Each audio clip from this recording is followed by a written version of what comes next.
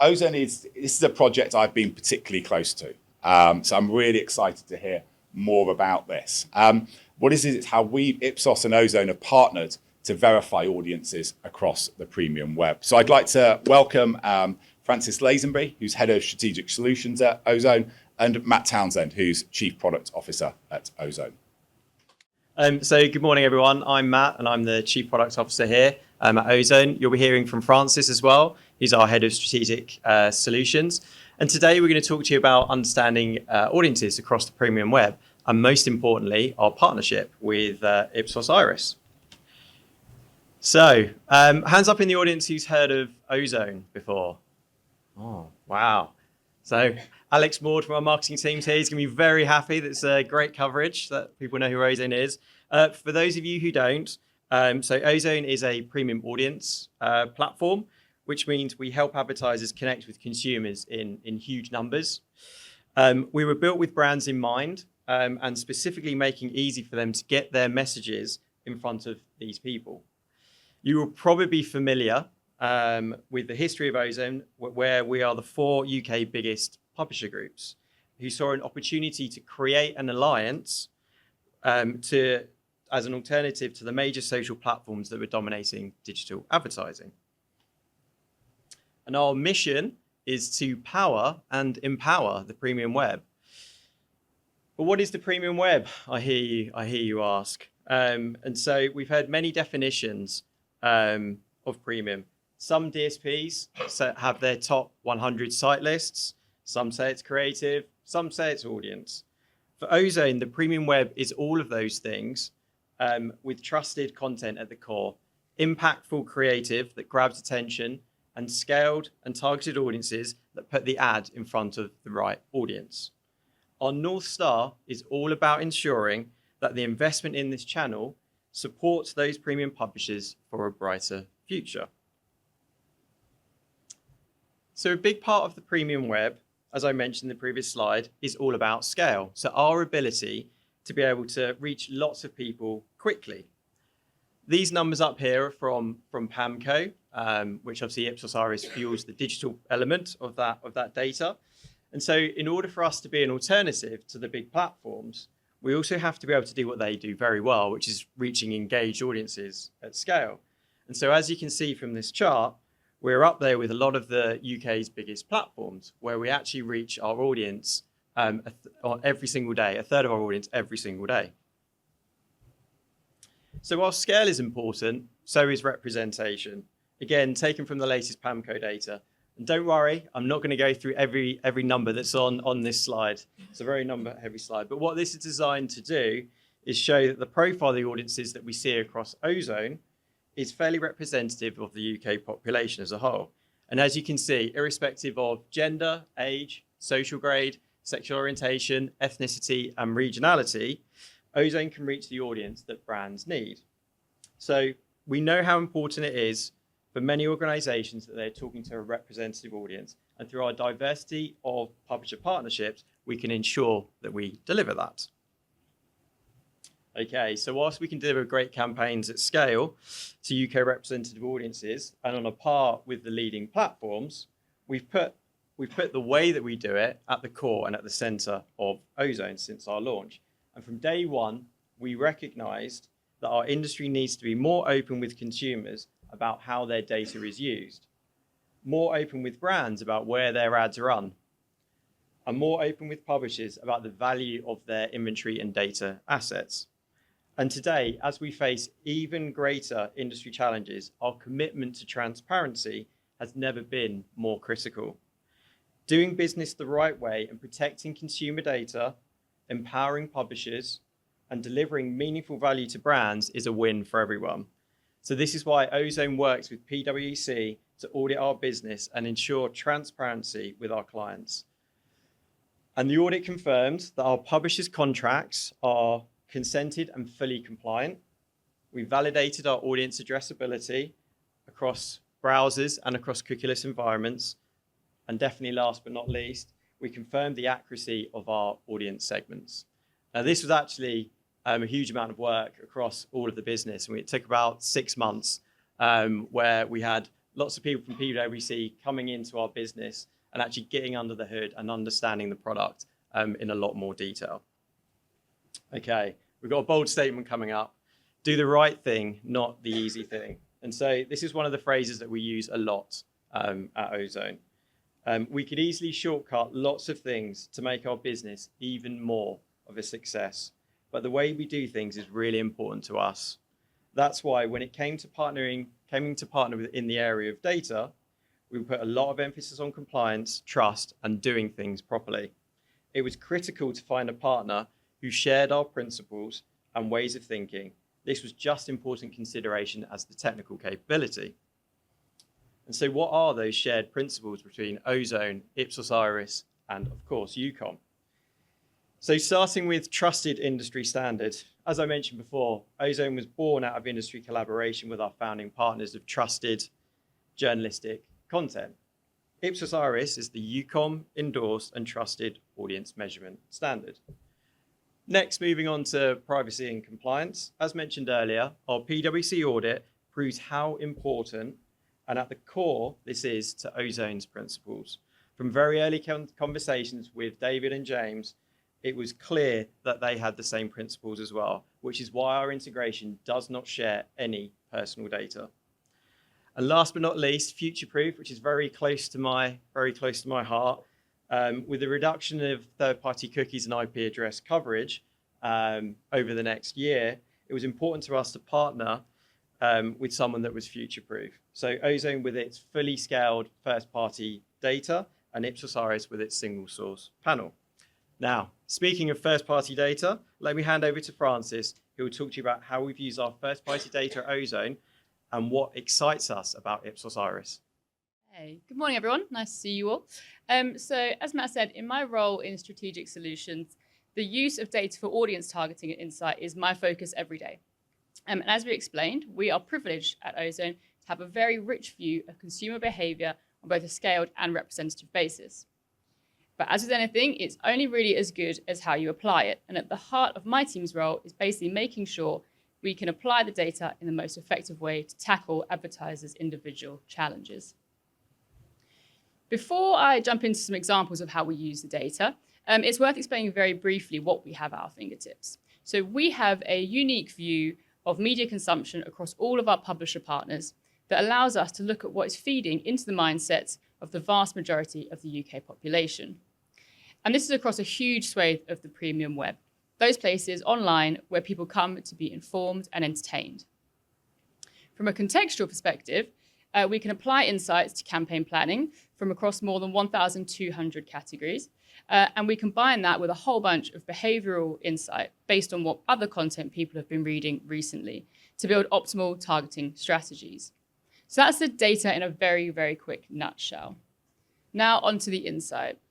So since the inception of Ozone 6 years ago, we've always been focused on encouraging our advertiser customers to leverage our unique cross-publisher data set as much as possible, not just for intricate and effective targeting strategies, but also for insights, helping brands understand who their audience is, their likes and dislikes, and when, where, and how best to reach them. We've been implementing insights in literally every single one of our brief responses, and in many cases, this additional layer of real-world reader understanding has taken our campaigns from good to great. One such example, as you can see on the screen, is our ongoing partnership with one of the UK's biggest travel brands. After a year of what was very successful campaign activation, we wanted to dig a little deeper and delve into how different types of travel readers engaged with travel in different cycles. Understanding the size of the opportunity for these different types of readers and identifying a new key consideration window provided this client with a chance to test a new campaign period, which drove enormous cut-through and significant campaign impact. But our insight doesn't just end at the planning. We pride ourselves on market-leading post-campaign analysis and always looking for unexpected audiences to test. In this particular case, having identified highly indexing golf readers as a consistently high-performing behavior, we recommended introducing this as a new audience. While golf fans may seem a little left field for a travel brand, say this was a success would be an understatement. As you can see on the slide, the new test line grew audience reach by 12%, And not only did it beat industry benchmarks, but it beat every other audience targeting line on the plan. Subsequently, this approach is something we've implemented again for them more recently with health and wellness readers. And it's early days, but we're seeing similar positive results. So while we know that we can craft this insight into incredibly powerful advertiser strategies, we also knew there was a role for this to remind people frequently that across the premium web, we have at our fingertips, our fingers on the pulse of what the country is thinking about. While a lot of what we know might seem like common sense, being able to quantify that and easily summarize it has been incredibly powerful. Reading the Nation was born as a weekly barometer of trending topics across Ozone's premium publisher portfolio. Every Monday, we look at what content topics have driven reader engagement across the premium web and understand the factors that are responsible for this.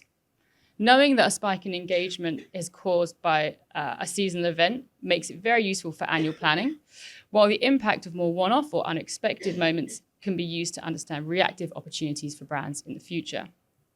We knew our clients loved and regularly acted upon these editions of Reading the Nation, but as we move towards 2024, we wanted to create an even more useful advertiser insight by combining this retrospective view with a more useful forecast of what we expect to happen in the future.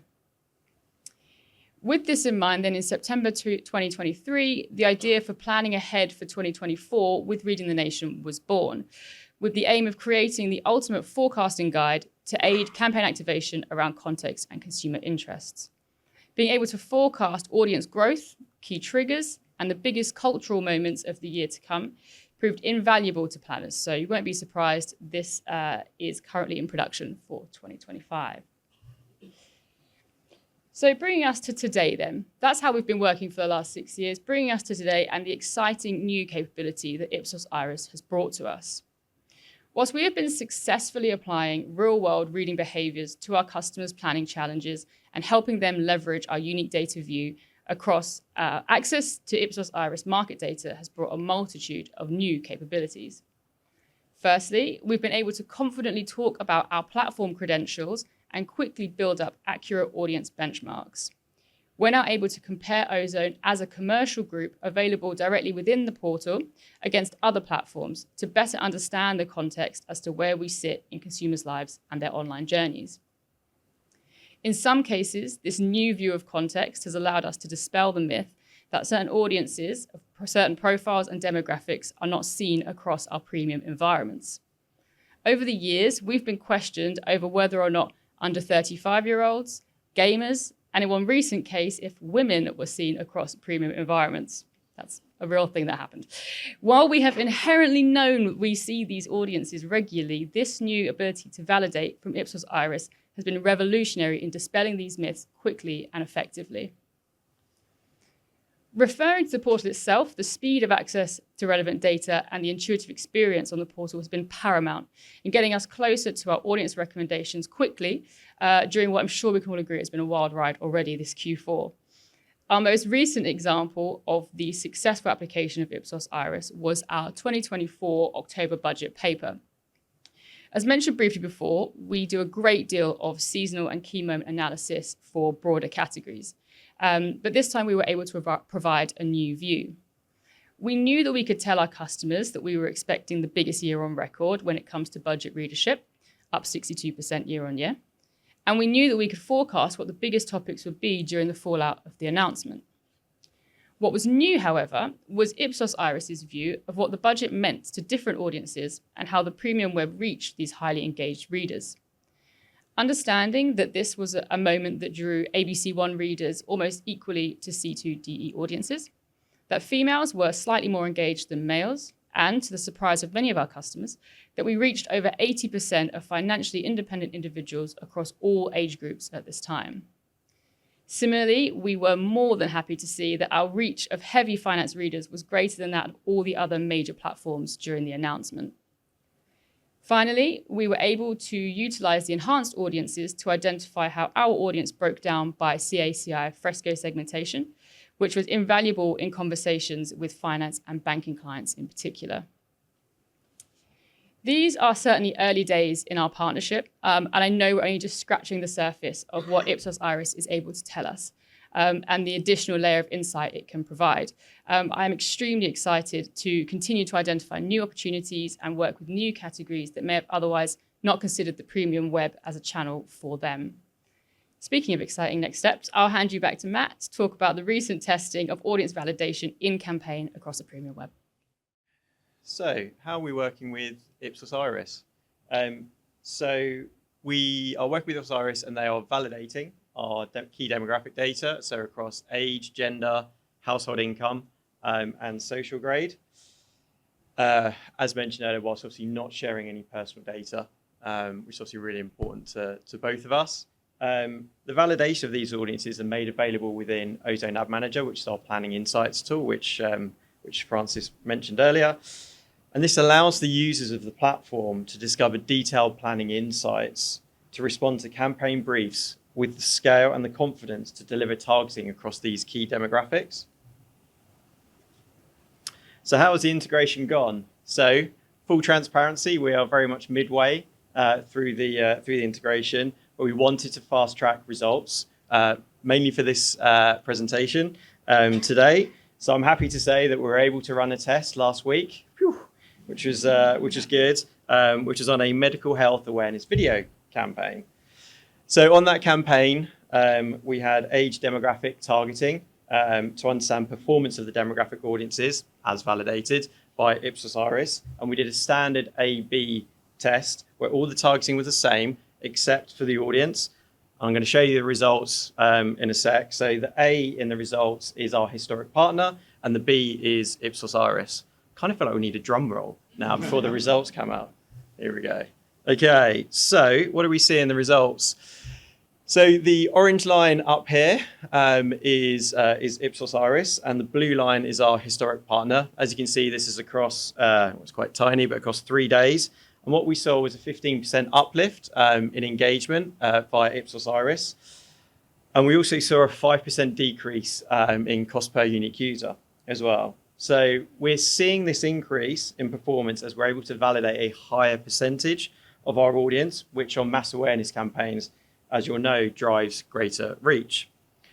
With Partner A, very much our concern, as I mentioned earlier, was around future-proofing. And our concern was next year with cookies going to go away even more, IP addresses on the same path, that we just wouldn't have the same validation that we do with Ipsos Iris. So for us, this is an absolutely fantastic start to the partnership and confirms what we had hoped, actually, that using first-party audiences and as validated by Ipsos, that can deliver real performance uplifts.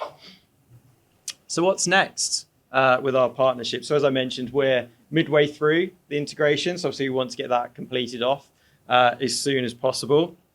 We're obviously going to be rolling out the Ipsos Iris portal throughout our organization and doing quite a lot of education in market as well, that our clients and our customers can actually find Ozone Premium Web within Ipsos Iris as a channel, as a commercial group, sorry. Then we're going to move on to validating intent audiences to help drive further value down the marketing funnel. And overall, it's been a very positive start to our partnership. As shown today, the validation of audiences has already made an impact on a real life campaign, and long may that trend continue. Thank you very much.